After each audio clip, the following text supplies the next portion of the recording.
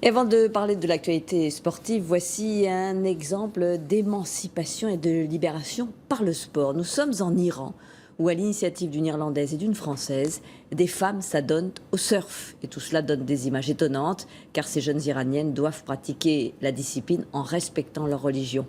Le récit d'Antoine Habert et Nicolas Belmont. Derrière le voile, l'Irlandaise Iske Britton. Elle s'est lancé un défi, être la première à surfer en Iran, au pays des ayatollahs.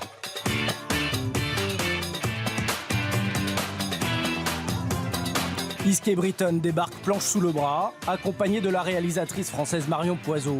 Les deux femmes savent que la mission sera difficile. Là-bas, les vagues, on les trouve au Balouchistan, une province pauvre, en proie au trafic d'armes et d'opium. C'est une région considérée comme dangereuse, même en Iran. Donc au départ, on hésite un peu, mais il n'y a pas d'autre endroit, donc on suit les vagues, nous. Très vite, elles veulent partager leur passion avec les Iraniennes. Salah et Mona sont les premières à tenter l'expérience. Mais surfer dans une république islamique, quand on est une femme, cela a ses contraintes. Dans une piscine où les hommes ne sont pas autorisés, on peut se mettre en maillot de bain, mais sur une plage où ils peuvent venir, on doit porter un voile.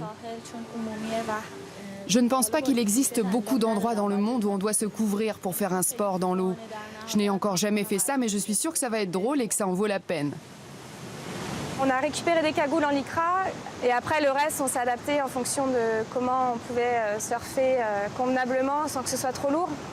Trop lourd et trop chaud. L'eau est à 30 degrés. Malgré tout, les surfeuses attirent les regards. Les curieux affluent sur la plage.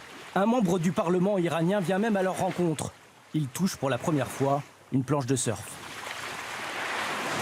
Le sport est aussi bon pour les femmes à condition qu'elles soient couvertes et qu'une femme leur enseigne le sport. On va donc demander à une femme d'enseigner le surf.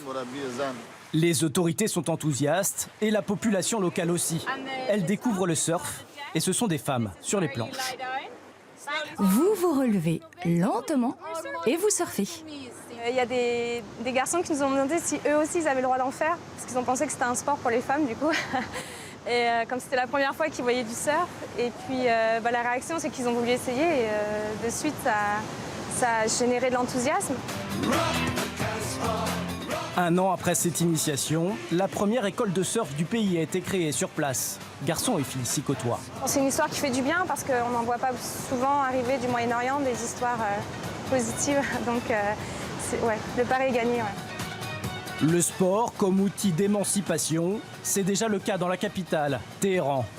Mais dorénavant aussi, plus au sud, sur les plages du Balouchistan.